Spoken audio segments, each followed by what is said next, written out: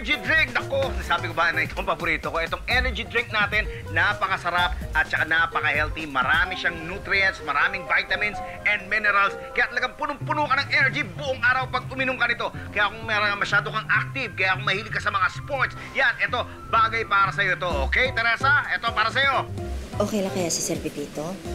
Parang pang-anin na yan eh. Nakakaloka nga po itong mga viewers natin eh. Gusto lahat i-try. Click the blue basket. At meron pa tayo dito. O, meron pa tayong sparkling water. Ayan, para sa mga umiiwas sa soft drink. Ito ang dapat para sa inyo. Napakasimple lang gagawin nyo. Lalagyan yung kalamansi, o kaya lemon, o kaya lime. Panalo to. Click the blue basket kung gusto niyo, okay? Ito sir, sold out na tayo sa PM Energy Drink tsaka PM Sparkling Water as of now. Yay! Congrats sa ating lahat!